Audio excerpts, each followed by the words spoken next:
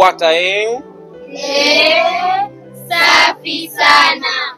Yani wewe tu na bado.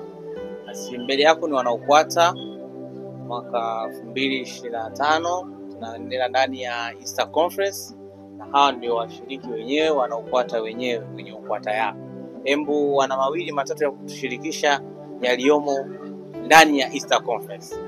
Tuambieni kwenye Easter Conference kuna vitu gani na vitu gani? Easter tunajifunza mambo mbalimbali kama kufundishwa mambo ya dini ambayo yanatuwezesha katika maisha yetu. UKWATA inatusaidia pia, tunaweza kukutana na makundi mbalimbali wanafunzi wenzetu, tunapeana idea tofauti tofauti.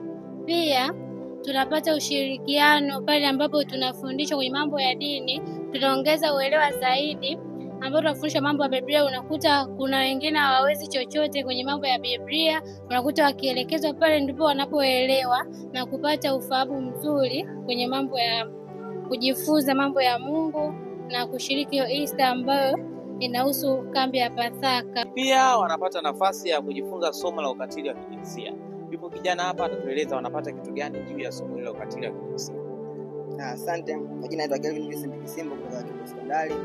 Katika somo la ukatili wa kijinsia tunajifunza mambo mengi sana, tunajifunza namna ya kuwa ni kwamba kuwa sawa katika upande wa mwanamke jinsi alivyo na msichana jinsi alivyo na mvulana jinsi alivyo. Na tunajifunza mambo mengi namna ya ku treat well watu wanapokuwa katika mazingira mbalimbali katika jamii na hata katika maeneo mbalimbali.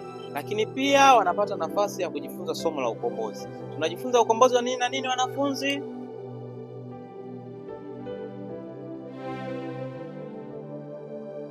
Watoto, Bwana Yesu asifiwe. Amen. Enzi zetu UKWATA ilikuwa na hamasa kubwa sana, hasa kwenye mikoa yetu ya kaskazini. Kwa sababu mimi nimezaliwa mikoa ya kaskazini, UKWATA ilikuwa na nguvu sana. Wakati wa Pasaka tulikuwa hatutamani kurudi nyumbani. Tulikuwa tunatamani kwenda makambini kujifunza neno la Mungu. Na kwenye UKWATA kule kwetu enzi zetu tulikuwa tunakuwa na mashindano ya kwaya, kunakuwa na mashindano ya ngonjera, shairi, michezo, maigizo katika lengo la kukuza imani ya kiroho. Bwana Yesu asifiwe.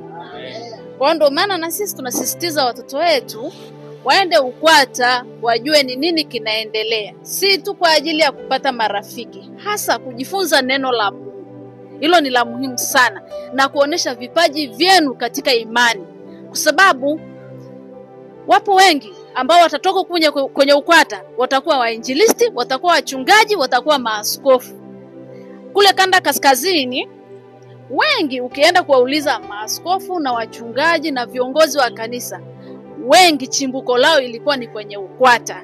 Kwa hiyo mkienda huko msiende kucheza, mkajifunze kwa bidii. Shikeni sana elimu ya kiroho ili Mungu awasaidie katika maisha yenu ya hapa duniani. Amina.